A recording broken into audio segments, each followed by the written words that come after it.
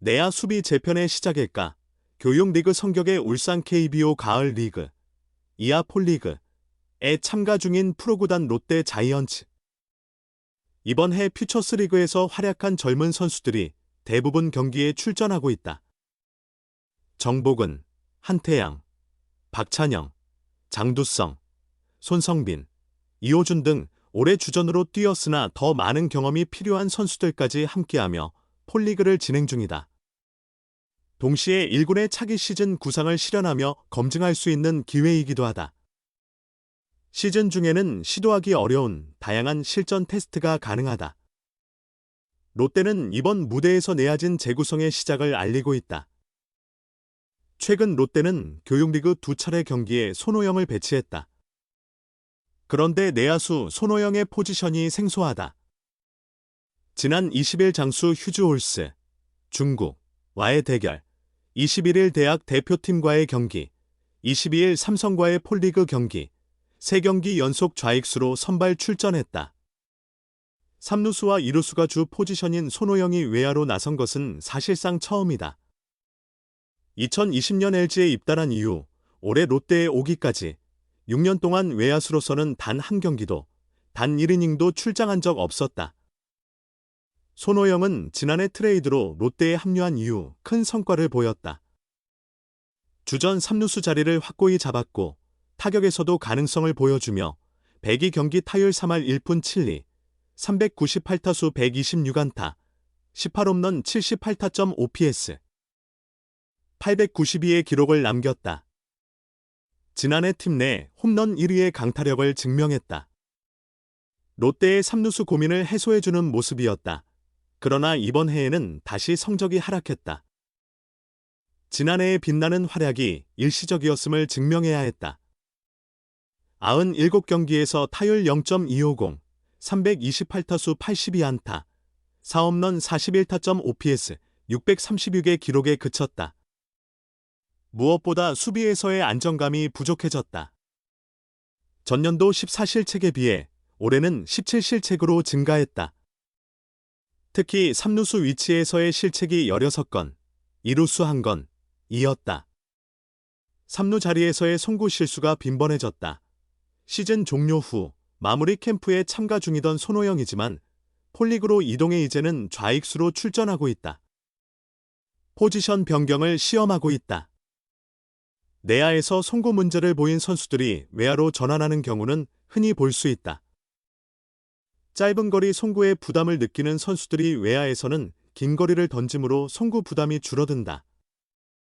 어깨도 나쁘지 않기에 손호영을 좌익수로 보내 새로운 기회를 주려는 의도를 보이고 있다. 손호영이 외야수로 이동하면 다음 시즌 롯데의 내야 재편의 탄력이 붙을 수 있다. 먼저 손호영과 같은 포지션인 롯데의 최고 거포 유망주 한동희가 상무에서 제대한다. 상무에서 타율 0.400, 385타수 154안타, 27홈런 115타점 OPS 1.155로 퓨처스리그를 강타했다. 손호영을 포함해 3루수 가능한 박찬영, 한태양, 김민성의 한동희까지 합류하면 포지션 배치가 필요했다. 손호영이 가능한 2루수 자리에도 고승민, 한태양, 이호준 등이 있다. 이중 타격에서 장타력 있는 손호영을 외야로 전환하면 선수진 운영이 유연해질 수 있다. 더불어 만약 박찬호 등 내야 FA 자원을 확보하게 되면 내야 정비는 불가피하므로 손호영의 활용도를 극대화할 수 있을 것이다. 현재 외야진에는 윤동희 외에 뚜렷한 우타 외야 자원이 부족하다. 황성빈, 장두성, 김동혁 등 빠른 발과 정교한 타격을 앞세운 좌타자들이 많아 다양성을 확보하기 어렵다. 또한 장타력을 갖춘 외야수가 없어 손호영이 새로운 대안으로 떠오를 수 있다. 물론 이러한 구상이 2026년에도 그대로 이어질지는 아직 알 수 없다. 말 그대로 실험적인 시도일 가능성도 있다. 하지만 이번 구상을 통해 롯데는 2026 시즌을 보다 유연하고 공격적으로 준비하려는 의지를 보이고 있다. 4만타를 기록하고도 아쉬움을 드러낸 롯데 손호영 수비에서 팀의 보탬이 안 됐다. 4만타를 터뜨리며 팀의 완승을 이끈 롯데 자이언츠 손호영은 경기 후에도 고개를 숙였다. 손호영은 지난 3일 서울 고척 스카이돔에서 열린 2025 신한 솔뱅크 K리그 키움 히어로즈전에서 3번 타자이자 3루수로 선발 출전해 5타수 3안타 2타점 2득점의 활약을 펼쳤다. 손호영을 비롯한 롯데 타선은 경기 초반부터 집중력 있는 타격을 선보이며 키움을 상대로 9-3 완승을 거뒀다. 오른손 두 번째 손가락 근육 부상으로 엔트리에서 빠졌던 손호영은 지난달 23일 복귀 이후 꾸준히 타선에 힘을 보태고 있다. 경기 후 손호영은 복귀 후 타이밍이 꾸준히 좋아지고 있었다. 어제도 감은 괜찮았지만 결과로 이어지지 않았다며 오늘은 초반 득점권에서 안타가 나오며 개인적으로 여유가 생겼고 팀도 쉽게 경기를 풀어갈 수 있었다고 소감을 밝혔다. 그럼에도 완전한 기쁨을 맛보진 못했다.